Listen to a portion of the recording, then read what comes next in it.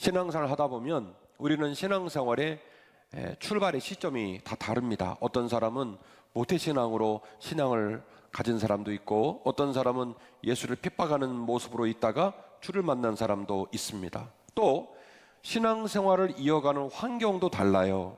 어떤 사람은 기독교적인 집안의 가풍 속에서 참 부드럽게 신앙생활을 하는 사람도 있는가 하면, 어떤 사람은 핍박과 또 억압 속에서 힘들게 신앙생활을 하는 사람도 있지요. 그런데요, 출발 지점이 다르고 또 신앙의 길을 걸어가는 환경이 다르고 형편과 처지가 다른다 할지라도 일정 기간이 지나고 나면 신앙생활이 열매를 맺고 신앙생활이 이 땅의 사탄마귀와 싸워서 이길 수 있다는 확신을 가져가고, 그리고 하나님 앞에서도 사람 앞에서도 믿을 만한, 인정할 만한 믿음이 되기 위해서는 그 출발점이 다르고 양상이 다르지만 모든 신자가 반드시 통과해야 될 중요한 관문과 통로도 있기 마련입니다. 오늘 보면은 모든 사람이 통과해야 될 그 중요한 통로, 그 관문을 여러분에게 다시 한번 강조하려고 하고요. 그 말씀이 여러분에게 아멘 되셔서, 목사님 맞아요, 제가 공감합니다, 하나님 우리 목사님 말씀이 저에게 아멘 되게 하옵시고 저도 그 총량을 잘 통과해서 우리 목사님 설교 제목 맞다나 제가 믿을 만한 사람 되게 하옵소서. 하나님 보실 때도 믿을 만하고 사람이 볼 때도 믿을 만한 사람 되게 하옵소서. 우리의 오늘의 기도 제목이 되시기를 주의 이름으로 축원합니다. 여러분 기억하십시오. 인생의 본질에 여러 가지 시련이 있는 줄 믿습니다. 인생의 본질에 여러 가지 시련이 있는 줄로 믿습니다. 사도행전 2장에 오순절 다락방에 성령이 임하시고, 그 성령은 초대교회 모든 신자들을 깜짝 놀랄 만한 삶을 완벽하게 뒤집을 수 있었던 에너지로 역사를 해주셨습니다. 120문도에게서 다시 3,000명으로, 그리고 또 5,000명으로 500여 간증을 한 믿음의 사도들을 통해서 일파만파로 주의 복음이 증거되니, 사도들 입장에서는 마가의 다락방에서 기죽고 눌려서 그렇게 힘들게 있었던 그들의 입장에서는 경천동지의 새로운 시대의 관문이 열린 거예요. 자신감이 생기고, 이제는 고난도 없고 눌림도 없고 시련도 없고 탄탄대로를 걸을 것처럼 보여지는 깜짝 놀만한 새 길이 시작이 되게 된 것이죠. 그런데요, 참 묘한 것은 그렇게 과거의 어둠과 과거의 눈물들을 뒤로 하고 새 길을 걸어가겠다고 작심을 한 그분들에게 생각지 못한 또 문제가 생겨요. 유대인을 중심으로 한 이스라엘 민족의 본거지인 예루살렘을 중심으로 모든 복음의 근거지에 있는 그 예루살렘 교회의 권위를 주장하는 자들이 있는가 하면, 이방인 선교센터의 중요한 거점이 되었던 수리아의 안디옥 교회를 중심으로 우리가 예루살렘보다도 훨씬 더 역동적으로 복음을 증거하니 우리가 중요하지 않겠느냐라고 하는 주도권과 패권을 가지고 힘겨루기를 하는 불편한 얘기들을 우리가 또 읽게 됩니다. 사도 바울은 오직 주님의 영광만을 꿈꾸며 소아시아와 유럽 땅에 이르기까지 가는 곳마다 주님의 영광을 드높이고 말씀을 증거해서 교회들이 세워졌습니다. 그 교회가 찬란하고 아름답게 빛나기만을 간절히 원했지만 또 그 안에 생각지 못한 시련의 바람이 불어옵니다. 출신이 유대인인 사람들이 유대계 기독교인으로의 신분으로서 할례 문제를 가지고 이방인 출신으로 기독교인 된 사람들을 핍박을 하기 시작했어요. 니들이 아무리 예수 그리스도를 구주로 믿어 믿음의 공동체의 일원이 됐다고 하나 할례를 받지 않으면 그거 니들 아무리 노력해봐야 소용없다? 이래가지고 할례를 문제 가지고 교회가 싸우는 일들이 벌어지게 되지요. 뿐만입니까? 사복음서에는 우리 사랑하는 예수님께서 복음을 증거하시고 제자들을 선발하셔서 훈련하시는 내용이 나오잖아요. 여러분 그 내용을 같이 읽으셨는데 내용이 어떻게 퍼펙트합니까? 완벽합니까? 그냥 어딘가 좀 어설프고 답답하고 속상하고 그런 마음이 많이 들잖아요. 저분들이 과연 땅끝까지 이르러 내 증인이 될 수 있을까? 예수님 말씀하시기를 너희들이 더 이상 물고기 낚는 어부가 아니라 사람을 낚는 어부가 되기라 말씀하셨는데, 저분들 하는 말과 행동을 보니 여간 그거 감당하기 어렵겠다 싶은 얘기가 너무나 많이 나오잖아요. 함량 미달이고 답답하고 왜 저러지 싶을 때가 너무나 많이 나오잖아요. 이어지는 사도 바울의 서신서 13권의 서신서, 약 13권가량의 서신서를 쓴 이유도 뭡니까? 세워진 교회들 안에 수많은 시련의 이야기와 갈등과 문제들을 직시하고 그 문제들을 수습하고 그 문제들을 극복하기 위하여 뭘 썼냐면 서신서를 쓴 거예요. 생각해보면 인생의 노중에는 반드시 여러 가지 시련이 있다는 거예요. 성경의 용례들을 들어 여러분에게 우리가 읽고 있고 우리가 알고 있는 그분들의 얘기를 여러분에게 들려드리면서 여러분의 삶을 돌아보시라고 권면합니다. 예수님의 노정과 바울의 노정과 또 선한 의도로 세워졌던 교회 안에 생각지 못한 여러 가지 시련과 풀고 가야 될 난관들이 있었던 것처럼 우리들 눈앞에도 여전히 많은 시련이 다가올 수밖에 없다는 것을 반드시 기억하시기를 주의 이름으로 축원합니다. 본문에 이렇게 써 있습니다.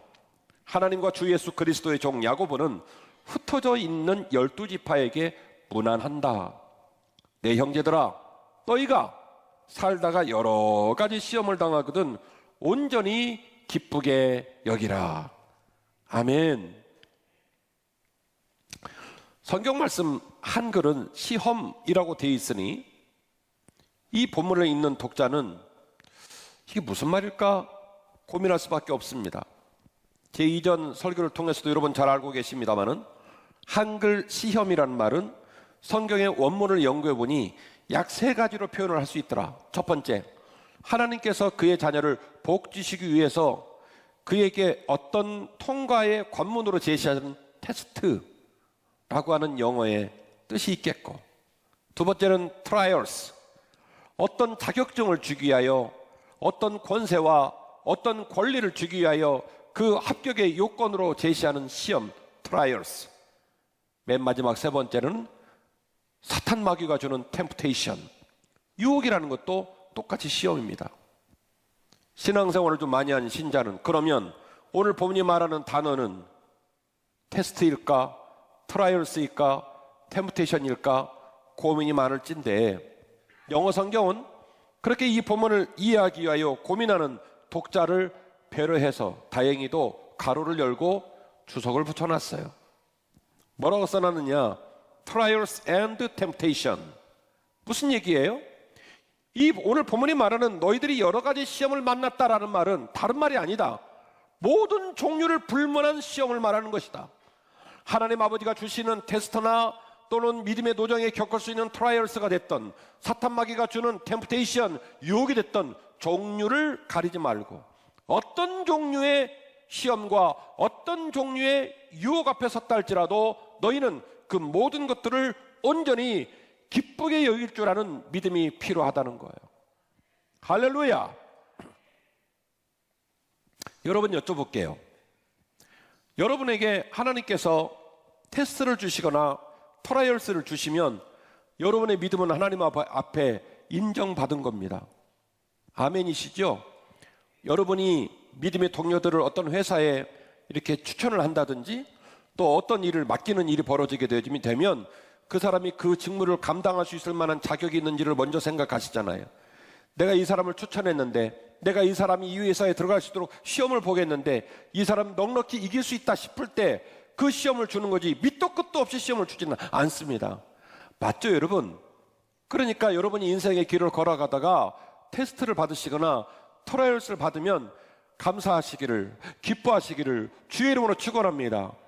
그래서 야고보서는 말하는 거예요. 야고보 사도는 말하는 거예요.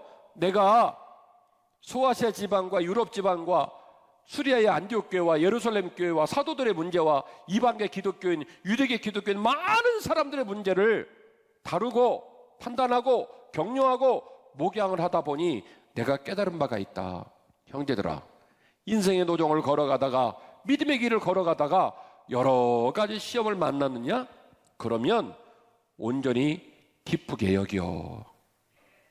이미 너희가 하나님 앞에서 무엇인가 관계를 재점검하고 새로운 단계로 뛰어넘을 수 있을 만한 새로운 부름 앞에 섰기 때문에 너희들이 감사하고 그 시험을 넉넉히 이기기를 원한다. 할렐루야. 이 메시지를 오늘 말씀을 읽는 우리에게 주시는 거예요.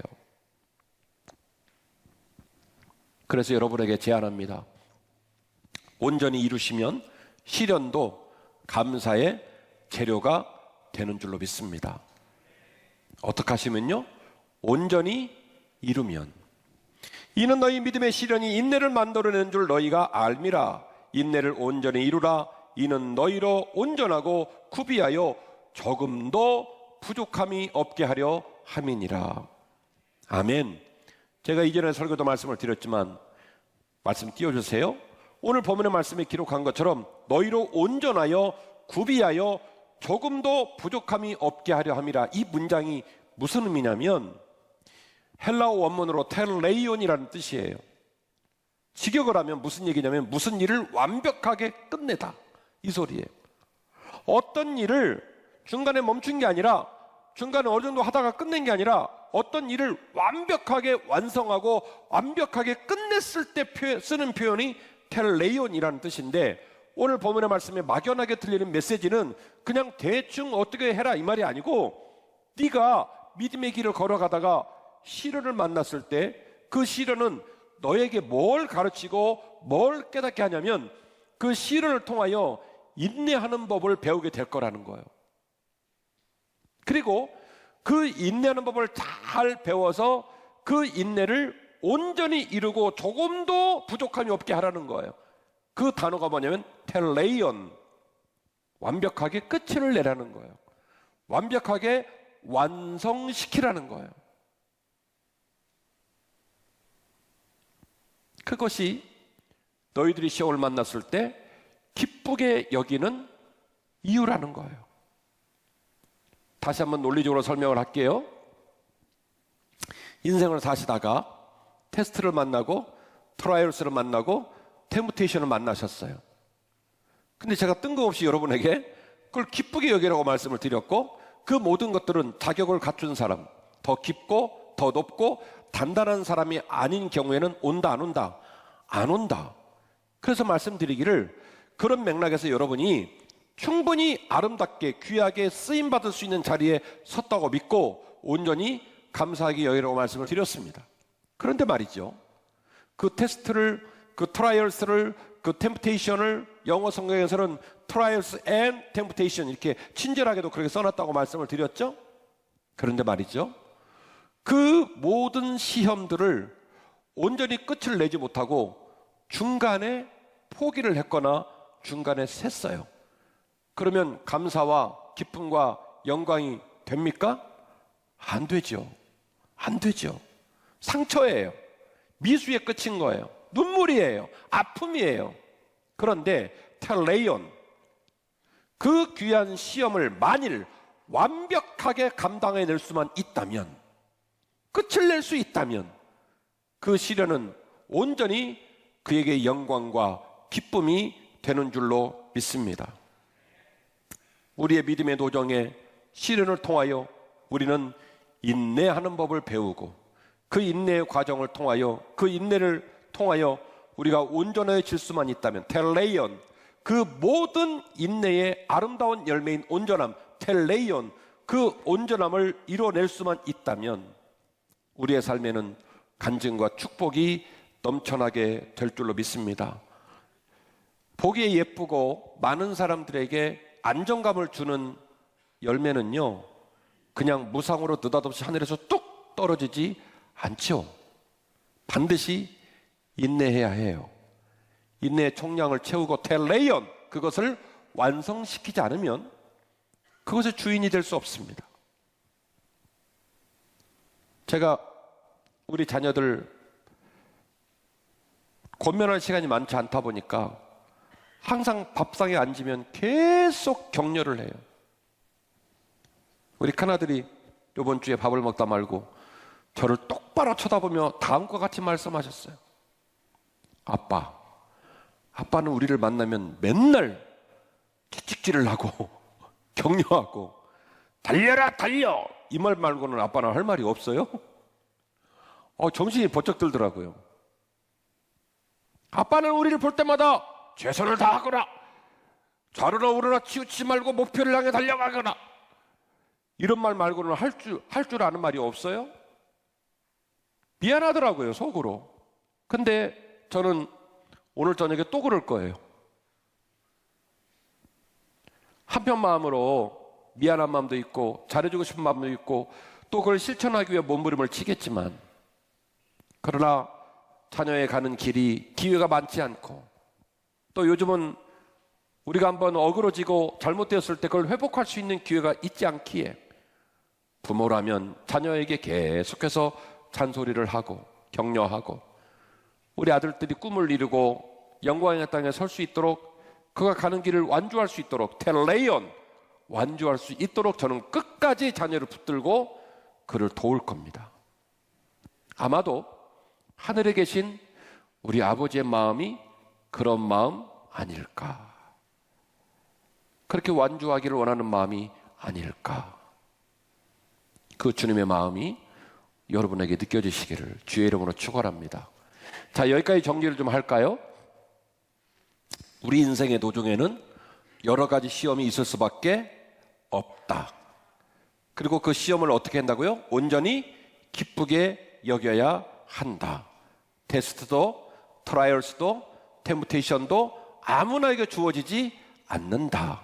준비가 되고 단단하고 그걸 이길 수 있을 만한 사람에게 주어지기에 우리는 여러 가지 시험을 만나면 오히려 기쁘게 여길 줄 알아야 한다. 그 시험을, 그 시련을 기쁘게 여기겠다고 마음을 먹었다면 우리는 그 믿음의 도정을 통해 뭘 배우냐면 인내를 배우게 되는데, 그 인내를 어떻게 해요? 텔레이온, 온전히 이루어야 한다. 중간에 멈추면 안 된다. 완벽하게 끝을 맺고 완성을 시켜야 한다. 아멘. 그러면 우리는 축복의 땅에 서고 간증이 넘치는 삶을 살 수 있다. 이게 오늘 메시지의 전부예요. 자, 그러면 설교를 마치면서 어떻게 그 일을 할 수 있을까 두 가지 말씀드리고 끝내려고 해요. 첫 번째, 우리의 태도를 주 앞에 바르게 하는 거예요. 제가 여러분에게 시련을 만나면 기쁘게 여기셔야 됩니다, 텔레이온 완성하셔야 됩니다 라고 말을 해서 말은 똑 떨어지게 말을 했지만 그거 하기 쉽지 않아요. 근데요, 태도를 바르게 하는 건 그렇게 어렵지 않아요. 신앙은 이런 거예요.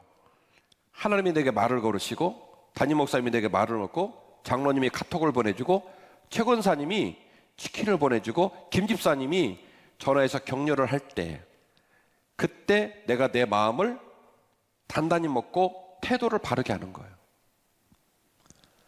저분이 내게 메시지를 주고 저분이 내게 손을 내미는데 내가 내 믿음의 태도를 바르게 해야지.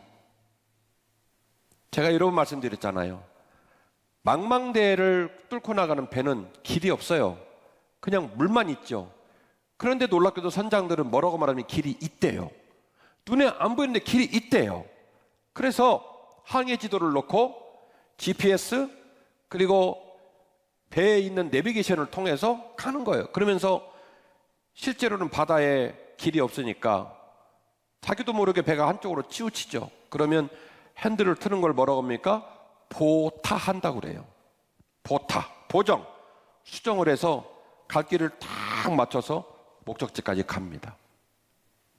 태도를 바르게 한다는 건 이런 거예요. 하늘에 있는 별을 따오는 게 아닙니다. 이 산을 들어 저 산으로 옮기는 어마어마한 사역이 아닙니다. 태도를 바꾼다라고 하는 것은 내 삶의 일상의 작은 것들로부터 하나님과 함께 내 눈을 맞추는 거예요. 예배에 관하여, 기도에 관하여, 담임 목사와의 관계에 관하여, 믿음의 동역자들과의 관계에 관하여 손을 내밀고 격려하고 그 격려에 반응하고, 그래서 태도를 주 앞에 온전히 세우는 거예요. 코로나19가 우리 앞을 엄습하고 있지만, 그러나 여러분, 주와 함께 이 코로나19를 잘 뚫고 나가서 여러분의 원래 있었던 믿음의 자리에 우뚝 서시기를 주의 이름으로 축원합니다. 텔레이온, 완성할 수 있는 비결 첫 번째, 태도를 주 앞에 온전히 세우라, 이거예요. 두 번째는 우리를 사랑하시는 주님께 항상 기도하라는 거예요. 4절 말씀입니다. 인내를 온전히 이루라. 이는 너희로 온전하고 구비하여 조금도 부족함이 없게 하려 함이라. 너희 중에 누구든지 지혜가 부족하거든 모든 사람에게 후히 주시고 꾸짖지 아니하시는 하나님께 구하라. 그리하면 주시리라. 할렐루야, 할렐루야. 하나님 아버지께서는 당신의 자녀가 지혜가 부족하고 연약하고 어려울 때마다 손 내밀어 하나님 저를 붙들어 주세요. 제가 이 길을 완주할 수 있도록, 텔레이온, 완성할 수 있도록 우리 목사님 완성해야 된다고 얘기하시는데, 아시잖아요. 제가 힘이 없다는 거를, 제가 능력이 없다는 걸. 하나님, 그러니까 이거 완성할 수 있도록 저를 도와주세요 라고 기도하시면 하나님께서, 하늘에 계신 하나님께서, 아버지께서 당신의 자녀를 꾸중하지 않고 후히 주시고 꾸짖지 아니하시니 믿음을 가지고 기도하라는 거예요. 할렐루야. 사랑하는 성도 여러분, 100점짜리 인생이 어디 있습니까? 모든 것이 만족한 인생이 어디 있습니까? 항상 좋은 일만 있고 울 일도 없고 아플 일도 없고 슬플 일도 없는 인생이 어디 있습니까? 형제들아, 인생의 노정에 많은 시련을 만날 수 있고 많은 시험을 만날 수 있지만 내가 너희에게 권하니 온전히 기쁘게 여기를 원한다. 너희가 주님을 향한 온전한 믿음을 가졌다면 그 시련을 통하여 너희는 인내를 배울 것이고, 너희들이 그 인내를 텔레이온, 온전히 이룰 수만 있다면 하나님 아버지께서 너희들의 인생에 아름다운 간증과 기쁨의 고백들을 주실 거야. 그러니까 쫄지 말고 걱정하지 말고 잘 걸어내어 주님이 기뻐하시는 믿음 위에 굳게 서기를 원한다.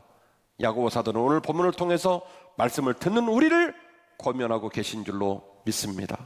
여러분, 오늘 설교 제목 주보에서 보셨어요? 기도하다가 만든 설교 제목인데요, 믿을 만한 인생. 김준호 목사님 어때? 우리 담임 목사님이신데 우리 목사님 믿을만해. 믿을만해. 인격, 신앙생활, 목회적 리더십, 신실함, 가장, 뭘 봐도 믿을만해. 이 장로님 어때? 최 권사님 어때? 김 집사님 어때? 그 집사님, 그 장로님 믿을만해. 믿을만해. 하나님이 우리를 보실 때도 얘야, 너는 나의 기쁨이란다. 너는 나의 자랑이란다. 내가 너를 볼 때마다 너무너무 네가 믿을만하구나. 믿을만한 인생. 사람이 봐도 믿을만한 인생. 이 귀한 인생이 우리들의 인생의 노정이 되기를 주의 이름으로 축원합니다.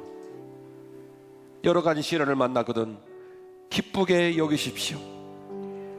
여러분이 그 시련을 감당할 수 있는 자격을 갖췄다고 믿기에 기쁘게 여기시기를 바라겠고, 그 시련을 통하여 인내를 잘 배우시고 또한 그 인내를 텔레이온, 온전히 이루시기를 주의 이름으로 축원합니다. 저와 여러분의 인생이 믿을만한 인생 되어 감사로 넘쳐나고 간증으로 넘쳐나고 영광으로 넘쳐나는 인생을 사시기를 주의 이름으로 축원합니다.